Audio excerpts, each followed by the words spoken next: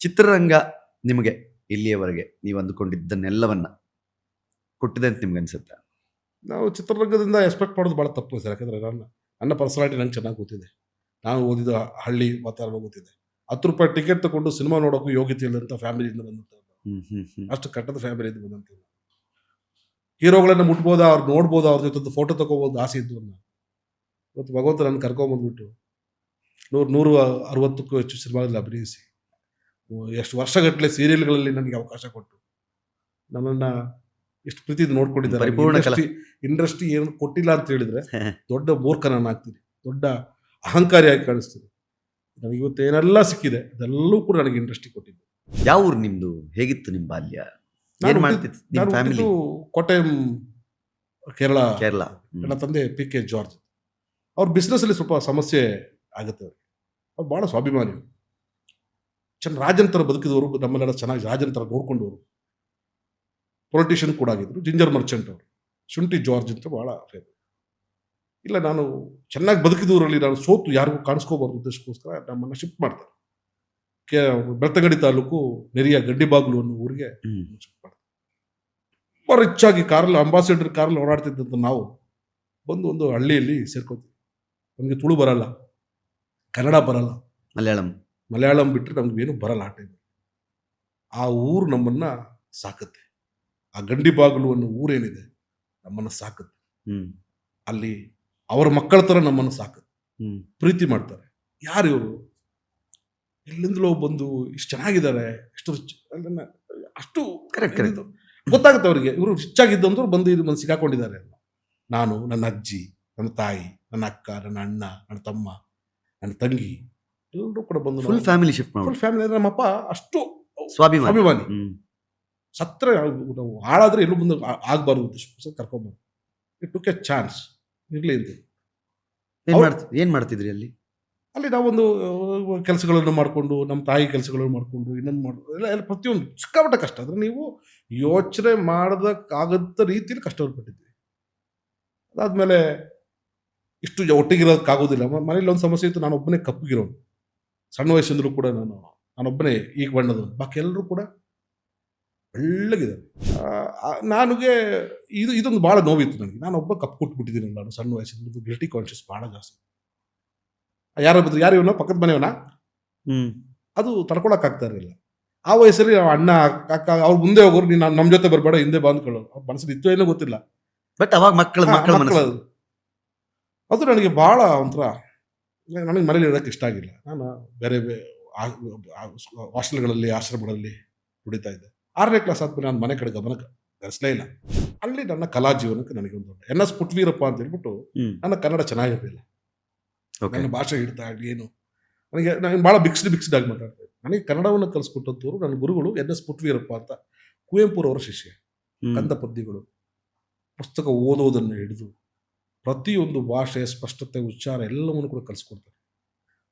ಪ್ರತಿಭಾನ್ವೇಷಣಾ ಸಮಿತಿ ಅಂತ ಮಾಡಿ ಅದು ನನ್ನ ಅಧ್ಯಕ್ಷನಾಗಿ ಮಾಡ್ತಾರೆ. ನಮಗೆ ನಿಸಾರ್ ಅಹಮದ್ರ ಹಾಡುಗಳು, ಭಾವಗೀತೆ ಕಾಂಪಿಟೇಷನ್ ಇದ್ರೆ ನಾನು ಒಂದೇ ಸಲ ಕರೆದ್ಬಿಟ್ಟು ಅಷ್ಟು ಪ್ರೈಸ್ ಒಟ್ಟಿಗೆ ಕೊಡ್ತಾ ಇದ್ದೆ. ಫಸ್ಟ್ ಪ್ರೈಸ್ ನನಗೆ. ಶಿನೋ ಜಾರ್ಜ್ ಅಂತ ಕರೀತಾ ಇದ್ರು. ನನ್ನ ಹೆಸರು ಶಿನೋ ಜಾರ್ಜ್.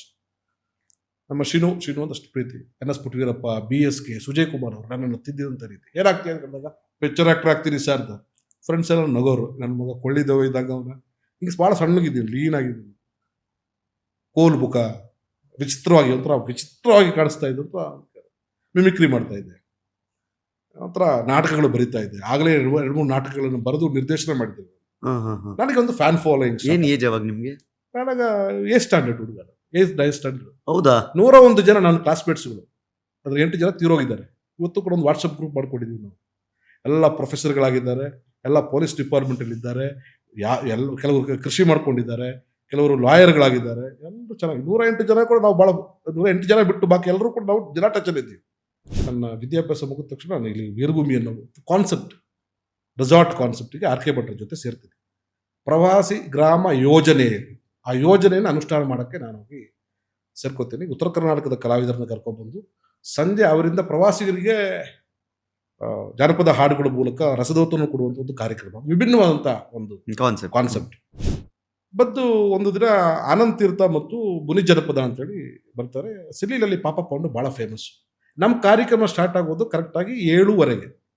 ಈ ಪಾಪ ಪಾಂಡು ಸೀರಿಯಲಲ್ಲಿ ನೋಡ್ಬಿಟ್ಟೆ ನಾವು ಹೋಗ್ಬೇಕು ಅನ್ನೋದು. ಅಷ್ಟು ಇಷ್ಟ ನನಗೆ ಜಹಾಂಗೀರ್ನ ಕಂಡ್ರೆ, ರವಿಶಂಕರ್ ಕಂಡ್ರೆ. ಲೈಫಲ್ಲಿ ಒಂದ್ಸಲ ರವಿಶಂಕರ್ನ ಹಿಡ್ಕೋಬೇಕು, ನಾವು ತಪ್ಕೋಬೇಕು, ನನಗೆ ಅಷ್ಟೇ ನನಗೆ ಆಸೆ ಇದೆ. ಸಿಲಿಲಲ್ಲಿ ನೋಡಿ ಏನ್ ಟೈಮಿಂಗ್ ಗುರು, ಏನ್ ಖುಷಿ ಇದು.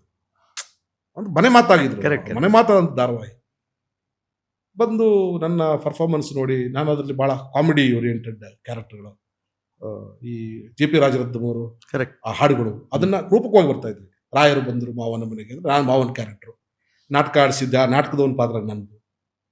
ನನ್ನ ಎನರ್ಜಿ ಎಲ್ರಿಗೂ ಬಹಳ ಇಷ್ಟ ಆಗಿತ್ತು. ಬಹಳ ಬಹಳ ಬಹಳ ಬಹುಮಾನಗಳು ಕೊಡ್ತಾ ಇದ್ರು ನನ್ನನ್ನು. ಸ್ಟೇಜಲ್ಲಿ ನೀವೆಲ್ಲ ಅಪ್ಪಣೆ ಕೊಟ್ಟು ಅವತ್ತು ಕಿಕ್ಕಿದ ಜನಸಂದಣಿ, ಇವತ್ತು 300-400 ಜನ ಇರುವಂಥ ಕ್ಲಾಪ್ಸ್ ಬಂದಿದ್ರೆ, ದಯವಿಟ್ಟು ಮಿತ್ರ ಅವ್ರನ್ನ ನಾವು ಸಿರಿಯಲ್ಲಿ ಕರ್ಕೊಂಡು ಹೋಗ್ತಾ ಇದ್ವಿ, ಅವಕಾಶ ಮಾಡ್ಕೊಡ್ಬೇಕು. ಪಬ್ಲಿಕ್ಕಲ್ಲಿ ಅನೌನ್ಸ್ ಮಾಡ್ತಾರೆ, ದೊಡ್ಡ ಒಂದು ಪಾತ್ರಕ್ಕೆ ನನ್ನ ಅನೌನ್ಸ್ ಮಾಡ್ತಾರೆ. ಇದಕ್ಕೂ ಮುಂಚೆ ಸೌಂದರ್ಯ ನಟಿ ಸೌಂದರ್ಯ ಅವ್ರು ಬಂದು ಒಂದು ವಾರ ಚಂದ್ರು ಸರ್ ಬಂದಿದ್ರು. ಚಂದ್ರು ಸರ್ ಬಂದಿದ್ರು. ಚಂದ್ರು ಸರ್ ಹೇಳ್ತಾರೆ, ಈ ತರ ಒಂದು ಆರ್ಟಿಸ್ಟ್ ಇದ್ದಾರೆ, ಇವನೇ ಬೇಕು ನಮಗೆ ನೋಡಿ ಅಂತ ಹೇಳ್ಬಿಟ್ಟು ಮುನಿ ಜನಪದವರು ಪಾಪ ಪಾಂಡುಗೆ ನಮ್ಗೆ ಕರೀತಾರೆ. ಪಾಪ ಪಾಂಡುವಲ್ಲಿ ಈಗ ಚೇಂಜ್ ಆಗಿರ್ತದೆ. ಆಗ ಚಿದಾನಂದ್ ಅವ್ರಿಗೆ ಏನೋ ಕ್ಲಾಶ್ ಆಗಿ ಜಹಾಂಗೀರ್ ಅವರು ಎಂಟ್ರಿ ಕೊಡ್ತಾರೆ. ಆ ಎಪಿಸೋಡ್ ಮುಂದುವರಿತಾ ಇರುತ್ತೆ. ಇನ್ನೊಂದು ಒಂದು ಪಾತ್ರ ಬೇಕಾಗಿರುತ್ತೆ, ಆ ಪಾತ್ರಕ್ಕೆ ತುಂಬಾ ಆಡಿಷನ್ ಆಗ್ತಾ ಇರುತ್ತೆ. ನನ್ನನ್ನು ಆ ಪಾತ್ರಕ್ಕೆ ವಿದೌಟ್ ಆಡಿಷನ್ ನನ್ನ ತಗೋತಾರೆ. ಇದಕ್ಕೂ ಮುಂಚೆ ನಟಿ ಸೌಂದರ್ಯ ಅವರು ಒಂದು ವಾರ ಅಲ್ಲಿ ಬಂದು ಉಳ್ಕೊಂಡು ದೀಪಾವಳಿಗೆ ಇಡೀ ಕಲಾವಿದರನ್ನ ಕರ್ಕೊಂಡು ಅವ್ರ ಮನೆಗೆ ಕರ್ಕೊಂಡು, ಬೆಂಗಳೂರು ಮನೆಗೆ, ಸದಾಶಿವರದ ಮನೆಗೆ ಕರ್ಕೊಂಡು ಬಂದು ನಮ್ಗೆಲ್ಲರಿಗೂ ಕೂಡ ಬಾಗಿನ ಕೊಡ್ತಾರೆ, ಸನ್ಮಾನ ಮಾಡ್ತಾರೆ. ನಿಜವಾದ ಕಲಾವಿದರು ನೀವು, ನಾವಲ್ಲ ಅಂತ ಹೇಳಿ ಅಷ್ಟೆಲ್ಲ ಪ್ರೀತಿಯನ್ನು ಕೊಡ್ತಾರೆ ನಮಗೆ. ದುಡ್ಡಿತ್ತು ಮನೆಯಲ್ಲಿ, ಮನೆ ಕಟ್ಬಿಟ್ಟಿದ್ದೆ, ಒಳ್ಳೆ ಕಾರ್ ಇತ್ತು, ಮಕ್ಕಳು ಚೆನ್ನಾಗಿ ಓದ್ತಾ ಇದ್ದಾರೆ ಅಲ್ವಾ, ದುಡ್ಡಿದೆ ಮನೆಯಲ್ಲಿದೆ, ಟ್ರೈ ಮಾಡೋಣ, ಅದು ಒಳ್ಳೆ ಸಬ್ಜೆಕ್ಟ್ ಅಂತ ಹೇಳ್ಬಿಟ್ಟು ಆಕ್ಚುಲಿ ಕಿರಿಕ್ ಪಾರ್ಟಿ ನಾನು ಪ್ರೊಡ್ಯೂಸ್ ಮಾಡಬೇಕಾಗಿತ್ತು. ನನ್ನ ಗೆಳೆಯ ರವಿ ಡೈರೆಕ್ಟರ್, ಇದರಲ್ಲೆಲ್ಲ ನೋಡಿ, ರಾಜಧಾನಿ ಮೂಡಿಗೆರೆ ಗೊತ್ತಾಯ್ತು, ಅವರು ಆಲ್ಮೋಸ್ಟ್ ಎಲ್ಲವನ್ನೂ ಕೂಡ ಫಿಕ್ಸ್ ಮಾಡಿದ್ರು. ಆಯ್ತು ಮಾತಾಡೋಣ, ಕುತ್ಕೊಂಡು ಇವ್ರ ಜೊತೆ ಒಂದು ಮೀಟಿಂಗ್ ಮಾಡೋಣ ಅಂತ ಹೇಳೋ ಟೈಮಲ್ಲಿ ಏನೋ ಒಂದು ಕಾರಣ ಅಂತ ಹೇಳಿದ್ದು ಅವ್ರದ್ದು 15 ದಿವಸ ಕಣ್ಣಿಗೆ ಕಾಣಿಸೋದು. ನೀವು ಅವ್ರು ಕಾಣಿಸ್ಲಿಲ್ಲ. ಅವರ ಮಿಡಿಷನಲ್ಲಿ ಕಾರ್ಯಕ್ರಮ ಮಾತುಕತೆ ನಡೀತಾ ಇತ್ತು. ಈ ಟೈಮಲ್ಲಿ ದುಡ್ಡಿದೆ ಮನೆಯಲ್ಲಿ ಕ್ಯಾಶ್ ಇದೆ, ನನಗೆ ನಿಂತ್ಕೊಳ್ಳೋಕ್ಕಾಗಿಲ್ಲ. ಶೇಖರ್ ಸರ್ನ ಕರೆದು, PC ಶೇಖರ್ ಜೊತೆ 2-3 ಸಿನಿಮಾಗಳು ಮಾಡಿದ್ವಿ. ಸರ್ ಒಂದು ಒಳ್ಳೆ ಸಬ್ಜೆಕ್ಟ್ ಮಾಡಬೇಕು ಸರ್, ಭಾಳ ವಿಶೇಷವಾಗಿರ್ಬೇಕು, ಯಾವ ಕತೆ ಇದ್ರೆ ಹೇಳಿ. ಬರ್ತಾರೆ 3 ಗಂಟೆಗೆ ಬರ್ತಾರೆ, 3:30, 4 ಗಂಟೆ, 5 ಗಂಟೆ, ಇನ್ನು 5 ಗಂಟೆ ಹತ್ರ ಬಂದಾಗ ಕತೆ ಮುಗಿಯುತ್ತೆ. ನನಗೆ ಭಾಳ ಇಷ್ಟ ಆಗ್ಬಿಡುತ್ತೆ. ರಾಗದ ಕತೆ ಭಾಳ ಬರೋದು. ಕರ್ನಾಟಕ ಬ್ಯಾಂಕಿಗೆ ಮ್ಯಾನೇಜರ್ಗೆ ಫೋನ್ ಮಾಡ್ತೀವಿ, ಸರ್ ಬ್ಯಾಂಕ್ ಕ್ಲೋಸ್ ಆಯ್ತು, ಕ್ಲೋಸ್ ಮಾಡಬೇಡಿ, ಒಂದು ಚೆಕ್ ಬರುತ್ತೆ, ಅಮೌಂಟ್ ಅವರಿಗೆ ಕೊಟ್ಟು ಕಳಿಸಿ, ಒಂದು ಅಮೌಂಟ್ ಬರೆದುಕೊಟ್ಟು ಅವ್ರಿಗೆ ಕೊಡ್ತೀವಿ, ಅಡ್ವಾನ್ಸ್ ಕೊಡ್ತೀವಿ. ಅಲ್ಲೇ ಆನ್ ದ ಸ್ಪಾಟ್, ಫಸ್ಟ್ ಸಿಟ್ಟಿಂಗಲ್ಲಿ ಅಡ್ವಾನ್ಸ್ ಕೊಡ್ತೀವಿ. ಇಮಿಡಿಯೇಟ್ ಆಗಿ ಟೆಕ್ನಿಷಿಯನ್ ಟೀಮ್ಸ್ ಎಲ್ಲವೂ ರೆಡಿ ಆಗುತ್ತೆ. ಸಿನಿಮಾ ಭಾಳ ದೊಡ್ಡದಾಗಿ ಸೆಟ್ ಇರುತ್ತೆ.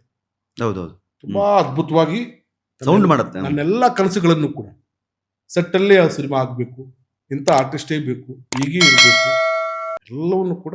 ಅರ್ಜುನ್ ಜನ್ಯ ಅಂತ ಮ್ಯೂಸಿಕ್ ಡೈರೆಕ್ಟರ್ ಬೇಕು. ವೈದಿಯವರು ಆಗ ಬಹಳ ಫೇಮಸ್ ಕ್ಯಾಮ್ರಾ, ಹೌದು, ಗೂಗ್ಲಿ ಮಾಸ್ಟರ್ ಪೀಸ್, ರಣವಿಕ್ರಮ ಅಲ್ಲ. ಬಟ್ ನಿಮ್ದು ಕ್ಯಾಮ್ರಾ ವರ್ಕು ಅದು ಪೇಂಟ್ ಮಾಡಿದ್ದದು, ಶೂಟಿಂಗ್ ಮಾಡಿದ್ದಲ್ಲ.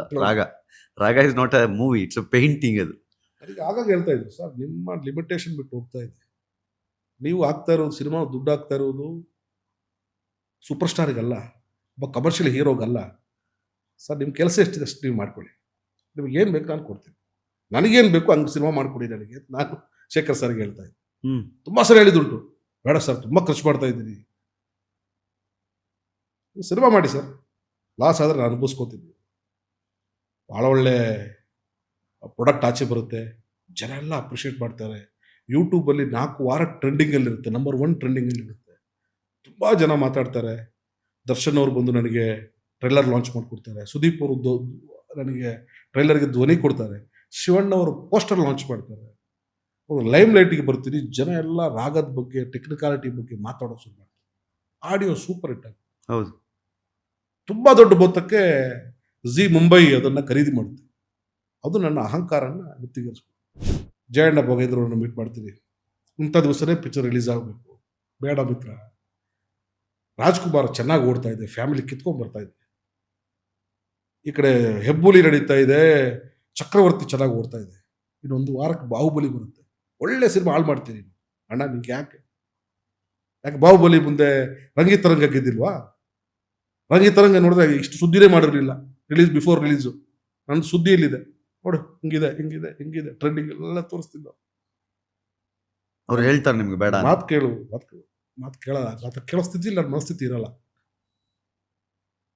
ಚಿಪ್ ಫಿಲ್ಮ್ ರಿಲೀಸ್ ಮಾಡ್ತೀನಿ, ಒಂದು ವಾರಕ್ಕೆ ನನ್ನ ಎತ್ತಂಗಡಿ ಮಾಡ್ಬಿಡ್ತಾರೆ. ಸಿನಿಮಾ ದೊಡ್ಡ ಒಂದು ಲಾಸ್ ಆಗುತ್ತೆ. ನಾನು ಕೂಡಿಸಿಟ್ಟ ದುಡ್ಡು, ನಾನು ಸಂಪಾದನೆ ಮಾಡಿದಂಥ ದುಡ್ಡು, ಸಾಲ ಮಾಡಿದ ದುಡ್ಡು, ನಾನು ಅದನ್ನೇನು ಚಂದ ಕಾಣಿಸೋದಕ್ಕೋಸ್ಕರ ನಾನು ನಂಬಿಸಿ ನಮ್ಮ ಸ್ನೇಹಿತರುಗಳಿಂದ ಸಾಲ ತಗೊಂಡಿರೋ ದುಡ್ಡು ಎಲ್ಲ ಹೋಗಿ ಒಂದು ಏನೂ ಇಲ್ದಂಗೆ ಒಂದು ಝೀರೋ ಆಗಿ ಬಂದು ನಿಂತ್ಕೊಳ್ಳುವಂಥ ಪ್ರಸಂಗ. ಈ ಟೈಮಲ್ಲಿ ಸ್ವಲ್ಪ ದುಡ್ಡು ಉಡಿಸ್ಬಿಟ್ಟು ಒಂದು ಮನೆ ಕಟ್ತೀನಿ ಕುಶಾಲನಗರದಲ್ಲಿ. ಹೇಳಿದ್ರಿ ನನಗೆ ಇಷ್ಟ ದೂರಲ್ಲಿ ಮನೆ ಕಟ್ತೀನಿ, ಒಂದು 3 bedroom ಹೌಸ್. ಇದುವರೆಗೆ ಯಾರಿಗೂ ಗೊತ್ತಿಲ್ಲ, ಮನೆಯವರಿಗೆ ಯಾರಿಗೂ ಗೊತ್ತಿಲ್ಲ, ಏನಕ್ಕೆ ಕಟ್ತಾ ಇದ್ದಾರೆ ಗೊತ್ತಿಲ್ಲ. ನನ್ನ ಐಡಿಯಾ ಇಷ್ಟೇ, ಈ ಮನೆ ಮಾರೋದು, ಇವ್ರನ್ನ ಅಲ್ಲಿ ಕಳಿಸ್ಬಿಡೋದು, ನಾನು ಸತ್ತೋಗ್ಬಿಡು.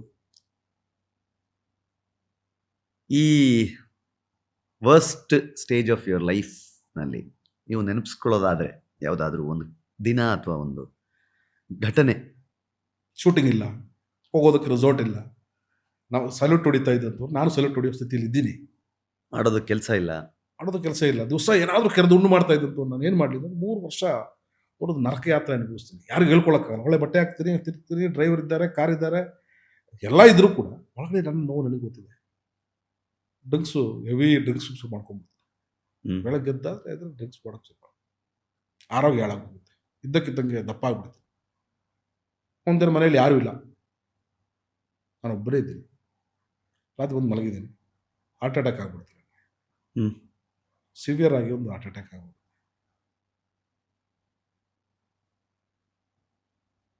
ಏನೋ ಮಾಡಬೇಕು ಅನ್ನೋದು. ಅಲ್ಲಿಂದ ಪುನಃ ಒಂದು ಚೇತರಿಸ್ಕೊಳ್ತೀನಿ, ಚೆನ್ನಾಗಾಗ್ತೀನಿ, ಭಾಳ ಹೆಲ್ತಿ ಆಗ್ತೀನಿ, ಕೆಲಸದ ಕಡೆ ಫೋಕಸ್ ಮಾಡ್ತೀನಿ, ಚೆನ್ನಾಗಾದ ಎಲ್ಲ. ಈ ನನ್ನ 48 years ಏಜಲ್ಲಿ ಏನೆಲ್ಲ ಕಷ್ಟಪಡಬೇಕು ಅದೆಲ್ಲವನ್ನು ಕೂಡ ಪಟ್ಟಿದ್ದೀನಿ. ಏನೆಲ್ಲ ಖುಷಿ ಪಡಬೇಕು, ಪೀಕ್ ಟು ದ ಕೋರ್ ನಾನು ಎಂಜಾಯ್ ಮಾಡಿದ್ದೀನಿ. ಸೋಲೋದು ಕಲ್ತಿದ್ದೀನಿ, ಗೆದ್ದು ಸೋತದ್ದು ಕಲ್ತಿದ್ದೀನಿ, ಸೋತಾಗ ಹೇಗೆ ಬದುಕಬೇಕು ಅಂತ ಕಲ್ತಿದ್ದೀನಿ. ಇನ್ನು ಬದುಕು ಭಾಳ ಸುಲಭ ಅಂತ ನನಗೆ ಅನಿಸುತ್ತೆ. ಎಲ್ಲ ನೋಡಾಯ್ತು, ಇನ್ಯಾವ ಕಷ್ಟ ಬರೋಕ್ಕಾಗುತ್ತೆ? ಸಾಧ್ಯ